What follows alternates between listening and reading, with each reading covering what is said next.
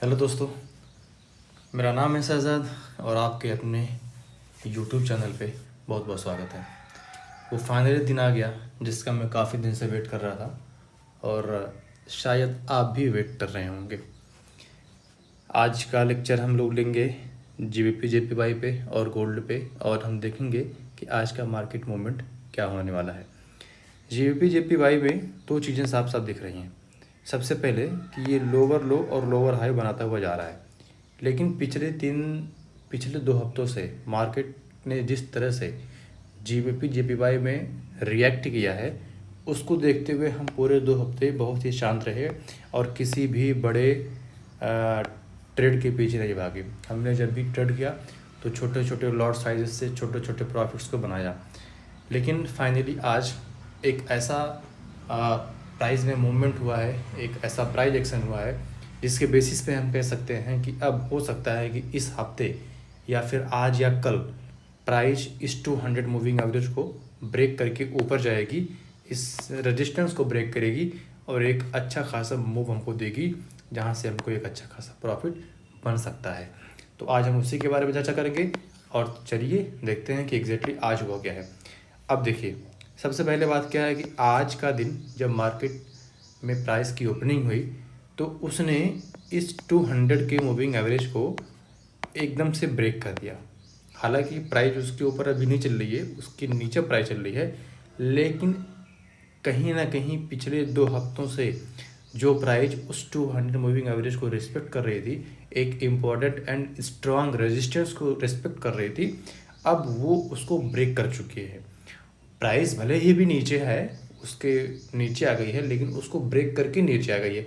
यानी कि कहीं ना कहीं हमको ये सिग्नल मिल चुका है कि अब बायर्स के अंदर उतनी स्ट्रेंथ आ चुकी है कि वो उस लेवल को ब्रेक करके ऊपर जाने की तैयारी में हैं, या फिर वो सिग्नल दे चुके हैं कि अभी नहीं, 1-2 घंटे बाद, आज कल परसों हम उस रेजिस्टेंस लेवल को ब्रेक करके ऊपर जाएंगे। ये इसका सिग्नल है, ठीक है। तो अभी क्या कर सकते हैं आप? अभी आप ये कर सकते हैं, अच्छा इसके पहले की एक कैंडल बनी थी लास्ट फ्राइडे की कैंडल, इसमें देखिए किस तरफ से बायर ने पूरा अग्रेसिव मूड दिखाया है। यहाँ देखिए, ये वाली जो कैंडल है ये छोटी सी बिग है और वॉल्यूम ठीक ठाक वॉल्यूम है।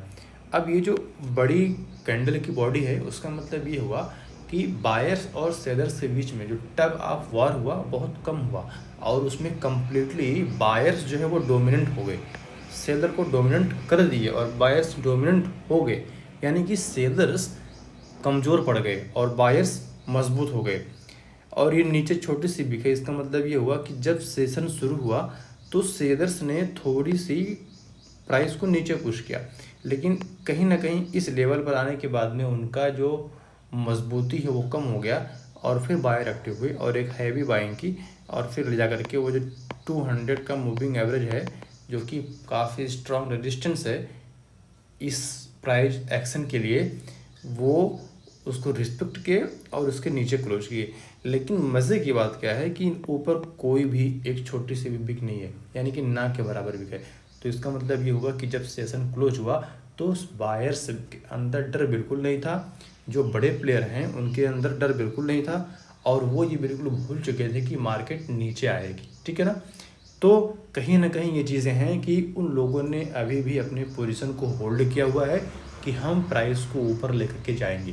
तो हमें भी अब एक लंबे बाइंग की प्लानिंग कर लेनी चाहिए। जैसे ही ये सपोर्ट लेवल के ऊपर जैसे ही ये रेजिस्टेंस लेवल के ऊपर प्राइस ब्रेक करती है और वहाँ पर होल्ड करती है, आप एंट्री ले सकते हैं, ठीक है। अब देखिए, अब एंट्री हम कैसे लेंगे और उसको इस स्टॉप लॉस कहाँ लगाएंगे।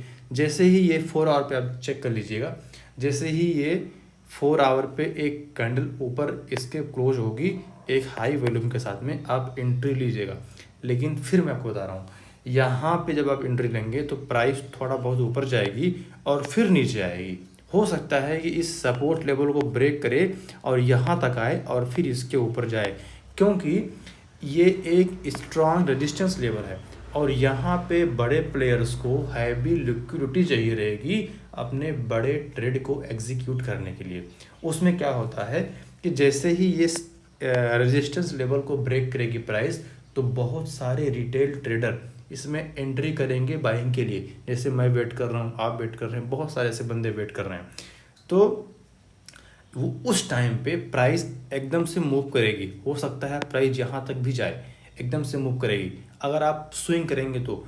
और फिर वहाँ से जो बड़े प्लेयर है ना, वो मार्केट को एकदम से नीचे लेकर के आएंगे और सबका स्टॉप लॉस खाने की कोशिश करेंगे, ठीक है। और जैसे स्टॉप लॉस खाएंगे, उनके पास में लिक्विडिटी हो जाएगी अपने बड़े ट्रेड को एग्जीक्यूट करने के लिए।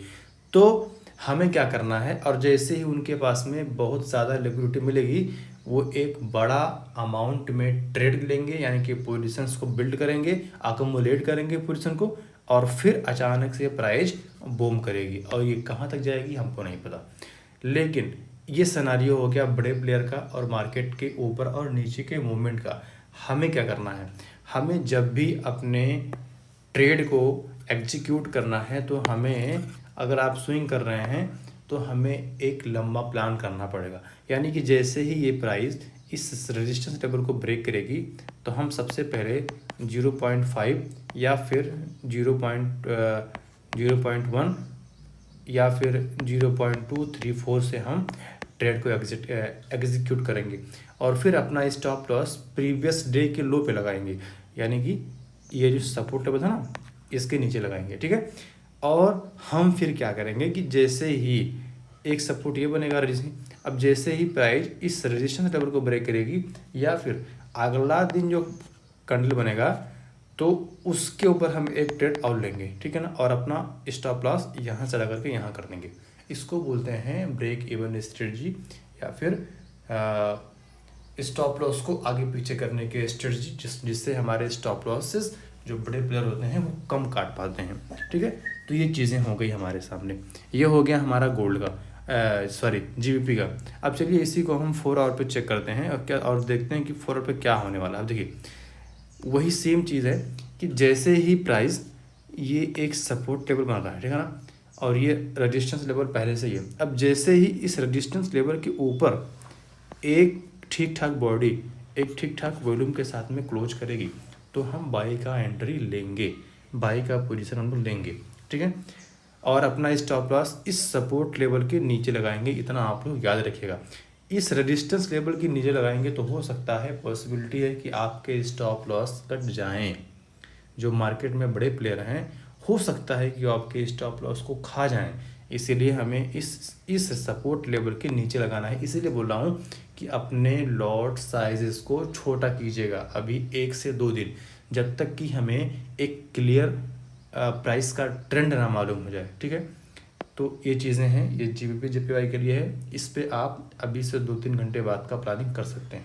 अब चलिए हम लोग गोल्ड में चलते हैं और गोल्ड में देखते हैं कि गोल्ड में क्या होने वाला है। जैसे कि उस दिन लास्ट फ्राइडे को मैंने गोल्ड का प्रेडिक्शन किया था कि प्राइस या तो यहाँ से ऊपर जा सकती है या फिर यहाँ से ऊपर जा सकती है, और अगर प्राइस यहाँ से ऊपर नहीं जाएगी तो फिर यहाँ से नीचे आएगी, और फिर उसका लास्ट टीपी ये होगा। तो देखिए फिलहाल का जो पोजीशन चल रहा है उसमें मार्केट में गोल्ड के बेरिशनेस है।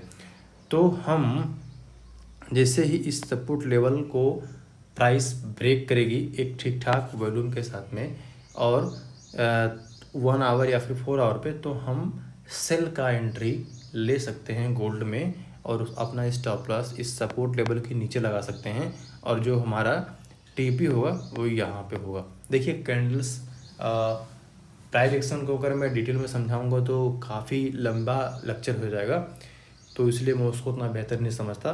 मैं खाली आपको एक इम्पॉर्टेंट सिग्नल देता हूँ, एक इम्पॉर्टेंट लेवल देता हूँ जहाँ से आप ट्रेड को एग्जीक्यूट कर सकते हैं, ठीक है।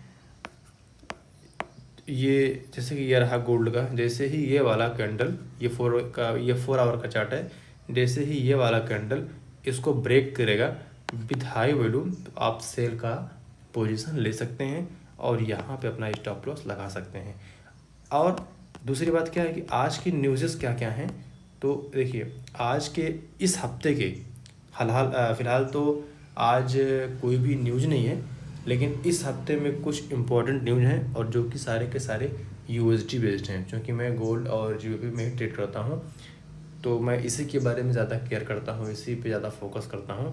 तो देखिए, यूएसडी का न्यूज़ है कल, मैन्युफैक्चरिंग पीएमआई का, और ये नॉन फार्म एम्प्लॉयमेंट, ये काफ़ी इंपॉर्टेंट न्यूज़ है। और इससे जीबीपी जेपीवाई में नहीं, लेकिन गोल्ड पे ज़्यादा इफेक्ट आता है।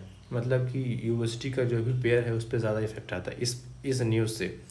अनएम्प्लॉयमेंट क्लेम्स है, पीएमआई है, और ये फिर नॉन एम्प्लॉयमेंट चेंज है, अनएम्प्लॉयमेंट रेट है। तो देखिए, आज का जो वीक है ना, मतलब इस हफ्ते में जितने सारे इंपॉर्टेंट न्यूज़ है ना, वो गोल्ड और यूएसडी के पेयर्स में, जितने भी करेंसी पेयर आते हैं यूएसडी पेयर में, वो बहुत ज़्यादा इफेक्टेड होने वाले हैं, क्योंकि इस हफ्ते का न्यूज़ काफ़ी इंपॉर्टेंट है।